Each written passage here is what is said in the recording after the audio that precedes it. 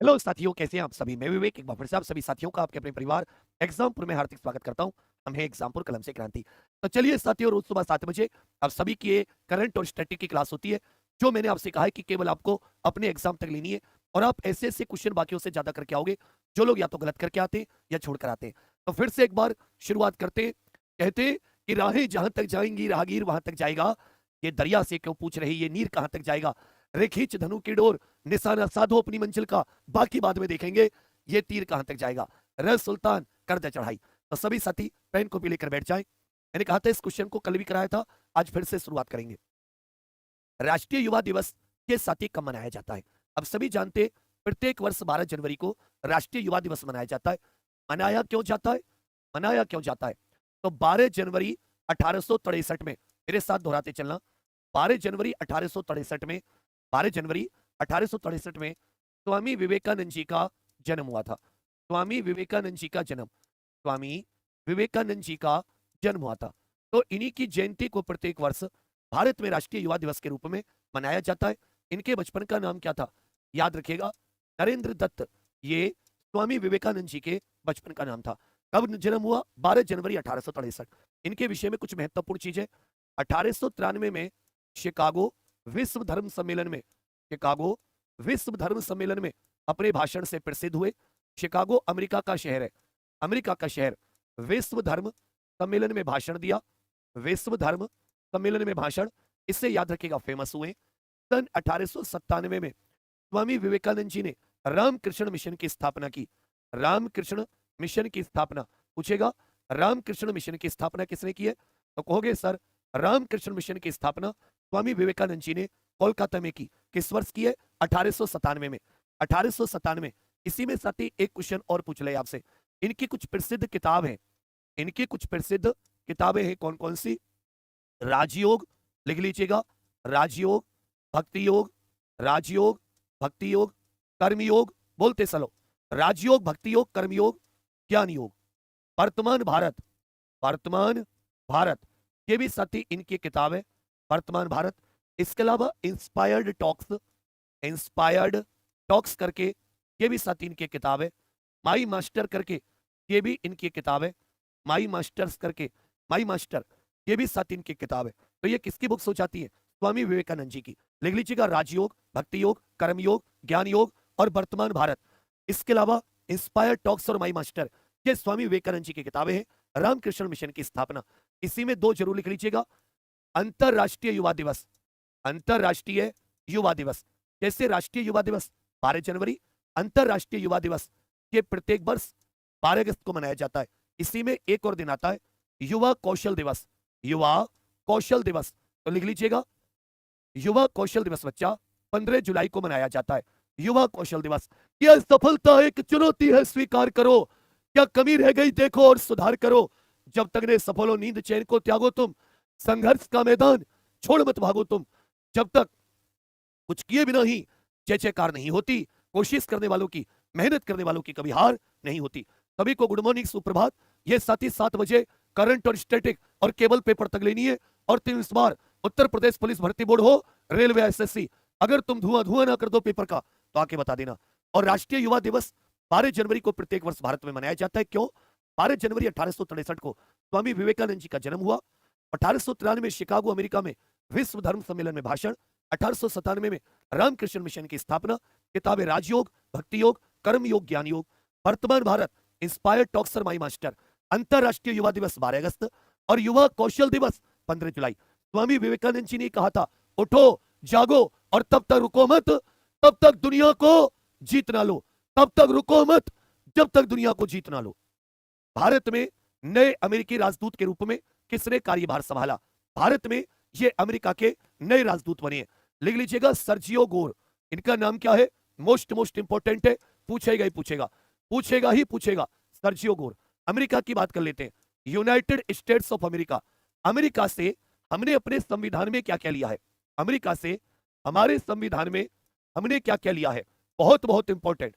हमारे संविधान में क्या क्या हमने साथी उधार लिया है, तो वो देख लेते हैं। सबसे पहले हमने महाभियोग की प्रक्रिया, किसकी प्रक्रिया? महाभियोग की प्रक्रिया।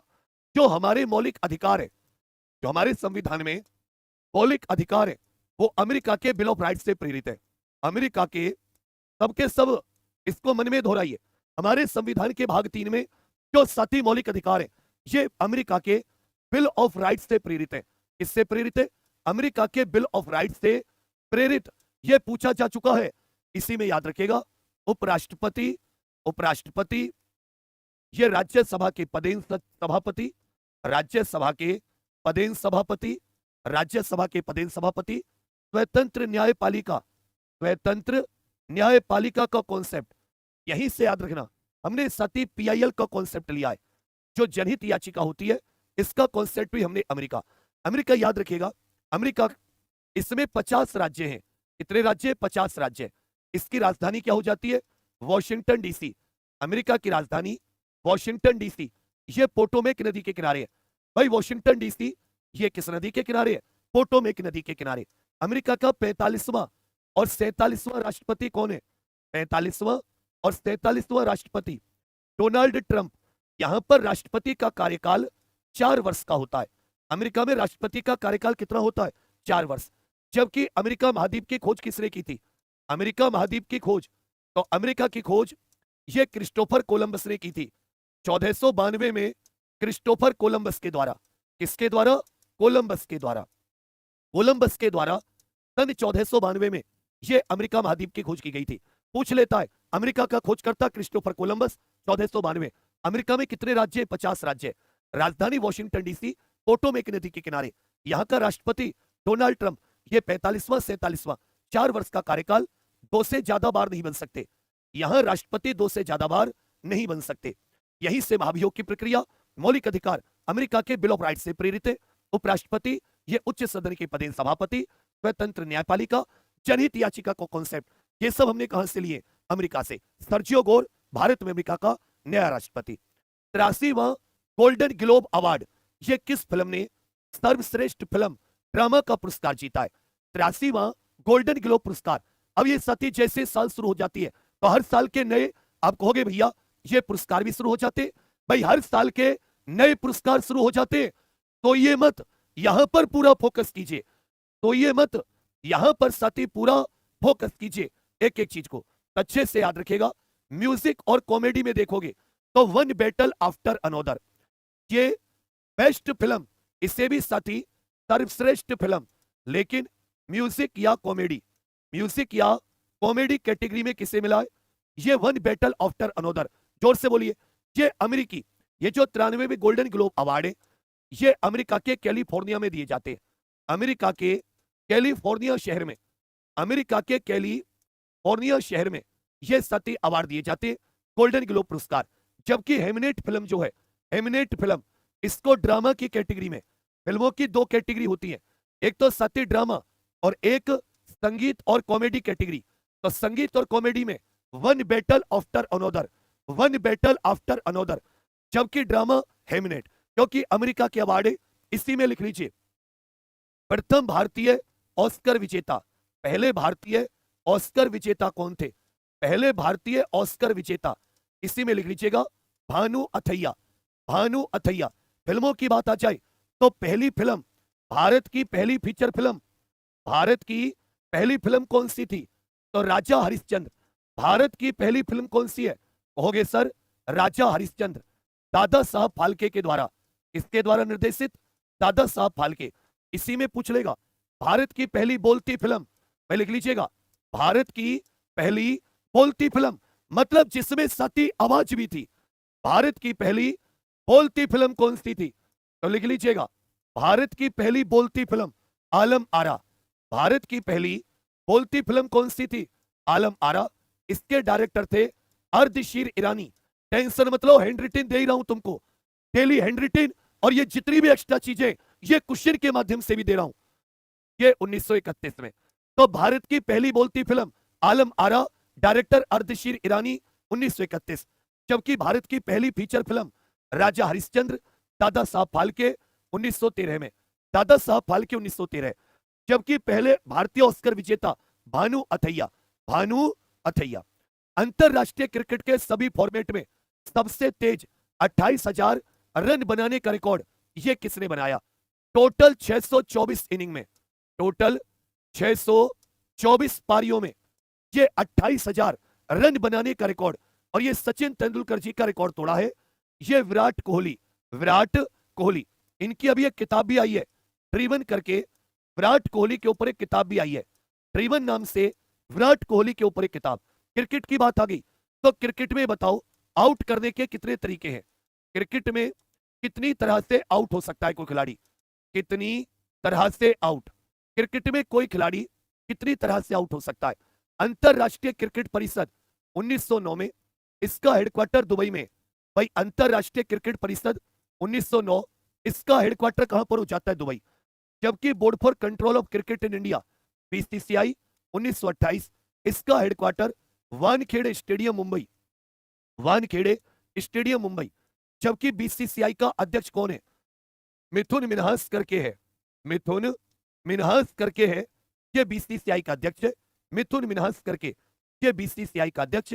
जबकि आईसीसी के अध्यक्ष कौन है? आईसीसी के अध्यक्ष जय शाह, आईसीसी के अध्यक्ष कौन है? जय शाह। और 10 तरीके हैं क्रिकेट में आउट होने के। कितने तरीके? 10 तरीके। भाई क्रिकेट में आउट होने के कितने तरीके हो जाते हैं? कहोगे सर 10 तरीके। आईसीसी अंतरराष्ट्रीय क्रिकेट परिषद 1909, हेडक्वार्टर संयुक्त अरब अमीरात के दुबई में। BCCI 1928, headquarter Mumbai, Wankhede stadium. जबकि बीसीसीआई के अध्यक्ष कौन है? मिथुन मिन्हास। विराट कोहली की किताब कहोगे सर ड्रीवन, 624 पारियों में 28,000 रन। भारत के 2026 के पहले अंतरिक्ष मिशन में किस रॉकेट के तीसरे चरण में खराबी आई और यह मिशन फेल हो गया? भारत के 2026 के पहले अंतरिक्ष मिशन में, इसका नाम है PSLV C62। इस रॉकेट, इस मिशन का नाम क्या था? PSLV C62, 62वां यह मिशन था PSLV रॉकेट का। तो भारत में अंतरिक्ष से संबंधित संस्था कौन सी है? कहोगे सर इसरो। इसरो का गठन कब हुआ? लिखते चलना या साथी मन में दोहराते हुए चलना, या तो लिखते चलना या मन में दोहराते हुए चलना। एक बार दिल की इमोजी देकर बता दो, आनंद आना शुरू हुआ। देखो कैसे तुम स्टैटिक जीके में अपने इस गुरु से भी बेस्ट बनते हो, अपने इस गुरु से। बस अंगद की तरह यह पैर जमा देना ऐसे, और क्लास में 6:57, 7 बजे भी नहीं, पहले आया करो। जो लेट आयो दंड के भागीदार हो, जितने तुम लोग लेट आयो। और साथी एक छोटी सी तुम सभी भाई बहनों से एक मदद चाहिए, एक बार सबके सब साथी आज इस क्लास को शेयर कर दीजिए। मुझसे जो मांगोगे, जो मुझसे तुम अपेक्षा करोगे, तुम्हारी उम्मीदों पर 5 गुना में खरा उतरूंगा। बस मुझे साथी एक बार मेरे अंदर वो ताकत भर दो तुम सबके सब कि हाँ भैया हम आपके साथ हैं। एक बार क्लास में कोई कमी हो, कंटेंट में कोई कमी हो, हाथ पकड़ लो। वो जो बिल्कुल पेपर भर्ती बोर्ड कहां बनाएगा, कहीं से भी बनाए वहीं पहुंच जाएंगे। एक बार सारे के सारे साथी इस क्लास के लिंक को शेयर कर दीजिए अपने अपने व्हाट्सएप पर, उतना काफी है। इसरो याद रखना बच्चा। कहोगे सर 15 अगस्त 1969 हेडक्वार्टर कहां पर हो जाता है? बेंगलुरु। भाई इसरो का हेडक्वार्टर कहां पर हो जाता है? बेंगलुरु। अब इसरो की कुछ संस्थाएं हैं, इसरो की क्या है कुछ संस्था, जैसे विक्रम साराभाई स्पेस सेंटर, विक्रम साराभाई अंतरिक्ष केंद्र, ये भी इसरो का एक, आप इसे प्रयोगशाला कह सकते हैं। तो ये यहां से पूछ लेता है कहां पर स्थित है? भारतीय दूर संवेदी संस्थान, भारतीय दूर संवेदी, भारतीय दूर संवेदी संस्थान, Indian institute of remote sensing पूछ लेगा, नेशनल रिमोट सेंसिंग केंद्र, राष्ट्रीय दूर संवेदी केंद्र, राष्ट्रीय दूर संवेदी केंद्र, इस प्रकार से पूछ लेगा। एक भारतीय दूर संवेदी संस्थान है, एक राष्ट्रीय दूर संवेदी केंद्र। इसी में फिजिकल रिसर्च लेबोरेटरी, फिजिकल भौतिक अनुसंधान प्रयोगशाला, इसी में साथी स्पेस एप्लीकेशन सेंटर। तो लिख लेना, ये पूछ लेता है। देखिए भाई विक्रम साराभाई अंतरिक्ष केंद्र, ये तिरुवनंतपुरम में, कहां पर है? ये केरल के तिरुवनंतपुरम, यहीं पर थुम्बा रॉकेट लॉन्चिंग केंद्र भी है केरल में। भारतीय दूर संवेदी संस्थान IIRS बोलते हैं, ये उत्तराखंड के देहरादून में। राष्ट्रीय दूर संवेदी केंद्र ये तेलंगाना के हैदराबाद में। जबकि फिजिकल रिसर्च और अंतरिक्ष अनुप्रयोग केंद्र स्पेस एप्लीकेशन सेंटर ये दोनों अहमदाबाद में हैं। ये दोनों कहां पर है? अहमदाबाद। लिख लीजिएगा, राष्ट्रीय अंतरिक्ष, राष्ट्रीय अंतरिक्ष दिवस ये प्रत्येक वर्ष 23 अगस्त को, प्रत्येक वर्ष 23 अगस्त राष्ट्रीय अंतरिक्ष दिवस मनाया जाता है। भारत में प्रत्येक वर्ष 23 अगस्त को राष्ट्रीय अंतरिक्ष दिवस मनाया जाता है। भारत में प्रत्येक वर्ष 23 अगस्त को, 23 अगस्त लिख लेना, राष्ट्रीय अंतरिक्ष दिवस। तो सबके सब लिखकर बताइए, सबके सब राष्ट्रीय अंतरिक्ष दिवस 23 अगस्त। Space application centre, physical research laboratory Ahmedabad, Vikram Sarabhai अंतरिक्ष केंद्र तिरुवनंतपुरम, IIRS देहरादून, NRSC हैदराबाद, इसरो का हेडक्वार्टर बेंगलुरु। जबकि C-62 ये साथी रॉकेट का लॉन्च फेल हो गया। बहुत अच्छा क्वेश्चन है, ध्यान दीजिएगा। इटली ने, ये इटली देश है, किस भारतीय उद्योगपति को night of the order of the star of Italy से सम्मानित किया है? किस भारतीय उद्योगपति को?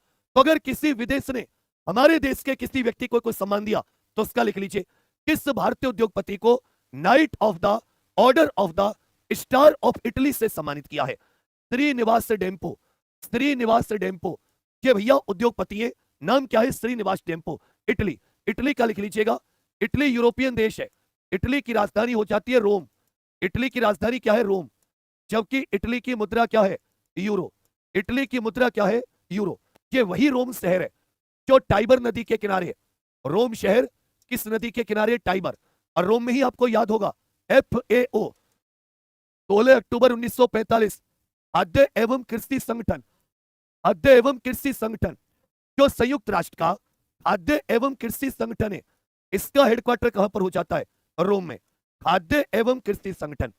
तो इटली की राजधानी रोम, मुद्रा यूरो, और श्रीनिवास डेम्पो को इटली ने order of the star of Italy इससे सम्मानित किया है। श्रीनिवास डेम्पो को order of the star of Italy से सम्मानित किया है। छठे का उत्तर भी आपका बिल्कुल सही है। बहुत इंपॉर्टेंट क्वेश्चन है, बहुत इंपॉर्टेंट। दुनिया का पहला गहरे समुद्र में रेयर अर्थ खनन परीक्षण यह किस देश ने शुरू किया है? बच्चा, ये कुछ ऐसे दुर्लभ खनिज होते हैं। क्या होते हैं?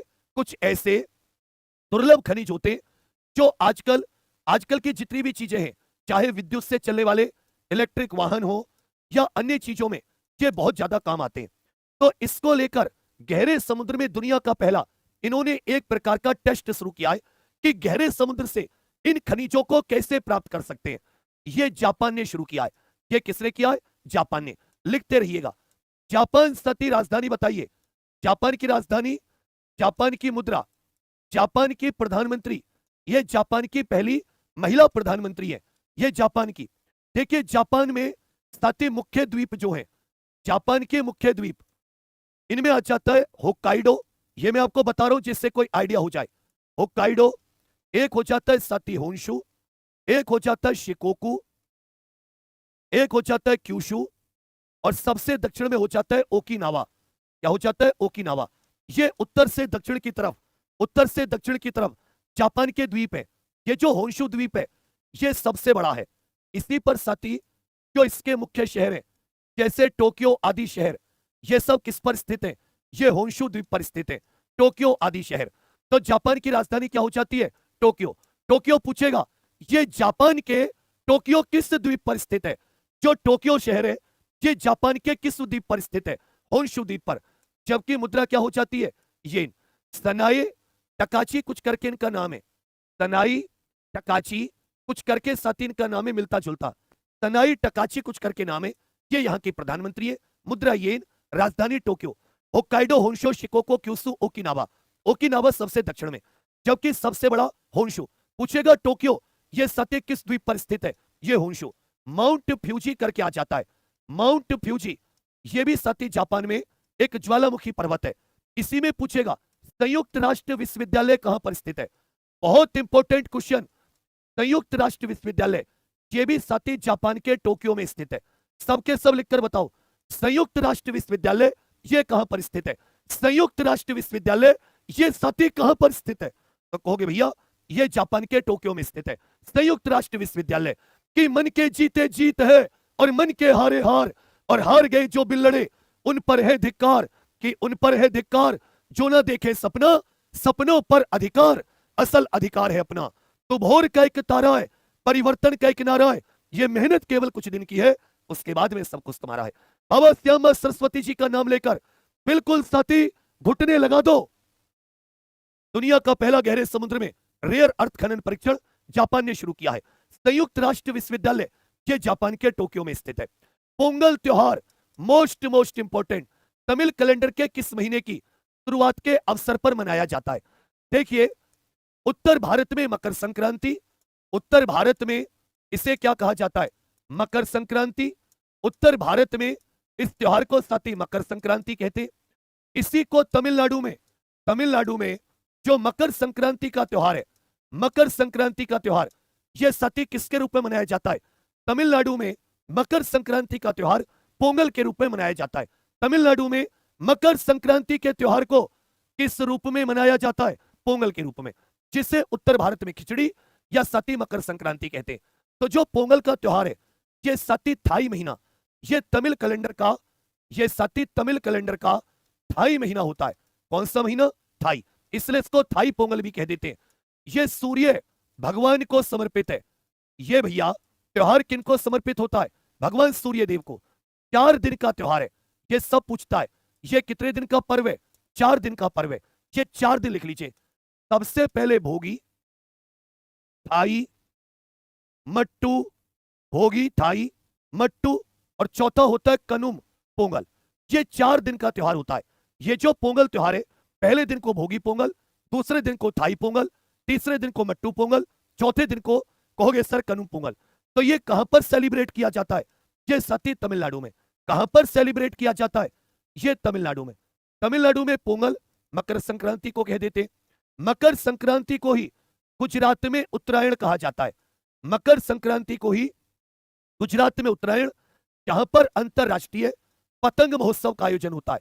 अंतरराष्ट्रीय पतंग महोत्सव बहुत ही फेमस, गुजरात के अहमदाबाद में पतंग महोत्सव का अंतरराष्ट्रीय पतंग महोत्सव अभी भारत के प्रधानमंत्री मोदी जी प्लस जो फ्रेडरिक मेंज करके जर्मनी का चांसलर है, इन दोनों मोदी जी और जर्मनी के चांसलर ने अंतरराष्ट्रीय पतंग महोत्सव का आयोजन ये गुजरात के अहमदाबाद में। गुजरात में मकर संक्रांति को क्या कहा जाता है? भाई गुजरात में मकर संक्रांति के त्योहार को क्या कहा जाता है? अरे लिख के बताओ। कहोगे भैया उत्तरायण कहा जाता है। तमिलनाडु में पोंगल, ये किन देवता को समर्पित है? सूर्य भगवान। कितने दिन का त्योहार है? 4, भोगी, थाई, मट्टू और कनुम। और ये जो तीसरा दिन होता है, इसी दिन जलीकट्टू, इसी दिन साथी जलीकट्टू का खेल भी खेला जाता है। जलीकट्टू का खेल ये ज्यादातर पोंगल के तीसरे दिन खेला जाता है। पोंगल के तीसरे दिन, 8वें का Thai. UP Uttar Pradesh AI एवं हेल्थ इनोवेशन कॉन्फ्रेंस ये कहां आयोजित की जा रही है? मोस्ट इंपोर्टेंट है। उत्तर प्रदेश आर्टिफिशियल इंटेलिजेंस एवं स्वास्थ्य नवाचार कॉन्फ्रेंस, इसका आयोजन कहां पर हो रहा है? यूपी उत्तर प्रदेश। लिखिए, ये साथी उत्तर प्रदेश के लखनऊ में। ये कहां पर भैया? UP AI and health innovation conference, Uttar Pradesh के लखनऊ में। देखिए, लखनऊ की बात करें, इसी में आप सभी जानते लखनऊ आंशिक राजधानी कब बनी? लखनऊ उत्तर प्रदेश की आंशिक राजधानी कब बनी? 1921 में। जबकि पूर्ण राजधानी कब से बनी है? 1935 से। पूर्ण राजधानी कब से बनी? 1935 से। लखनऊ किस नदी के किनारे है? गोमती नदी के किनारे। यहीं पर हाल ही में राष्ट्रीय प्रेरणा स्थल, यहीं पर हाल ही में राष्ट्रीय प्रेरणा स्थल का उद्घाटन किया गया। यहीं पर एक चीज याद रखिएगा, ये भारत का पहला एआई शहर, भारत का पहला एआई शहर लखनऊ में। एक और चीज, इसको साथी यूनेस्को ने क्रिएटिव शहर का दर्जा दिया। यूनेस्को ने क्रिएटिव शहर, पाक कला, भोजन की जो कला होती है उसके क्षेत्र में यहीं पर औषधि अनुसंधान संस्थान, गन्ना शोध संस्थान, उपोषण बागवानी संस्थान, यहीं पर याद रखिएगा। इसमें साथी विश्व विज्ञान टॉक्सिकोलॉजिकल रिसर्च इंस्टीट्यूट, यहीं पर याद रखिएगा। बड़ा इमामबाड़ा और रूमी दरवाजा, बड़ा इमामबाड़ा और रूमी दरवाजा ये भी कहां पर स्थित है? ये लखनऊ में स्थित है। तो उत्तर प्रदेश की राजधानी लखनऊ में UP AI and health innovation conference, UP AI एवं हेल्थ इनोवेशन कॉन्फ्रेंस, इसका आयोजन कहां पर किया जा रहा है? कहोगे मेरे बड़े भैया उत्तर प्रदेश के लखनऊ में। उत्तर प्रदेश के लखनऊ में। बहुत इंपॉर्टेंट क्वेश्चन है। छठी अंतरराष्ट्रीय नवीकरणीय ऊर्जा एजेंसी सम्मेलन यह कहां पर हुआ? एक साथी अंतरराष्ट्रीय नवीकरणीय ऊर्जा एजेंसी है जिसका गठन साल 2009 में हुआ। इसका हेडक्वार्टर संयुक्त अरब अमीरात की राजधानी अबू धाबी में। भाई इसका हेडक्वार्टर कहां पर है? संयुक्त अरब अमीरात की राजधानी अबू धाबी।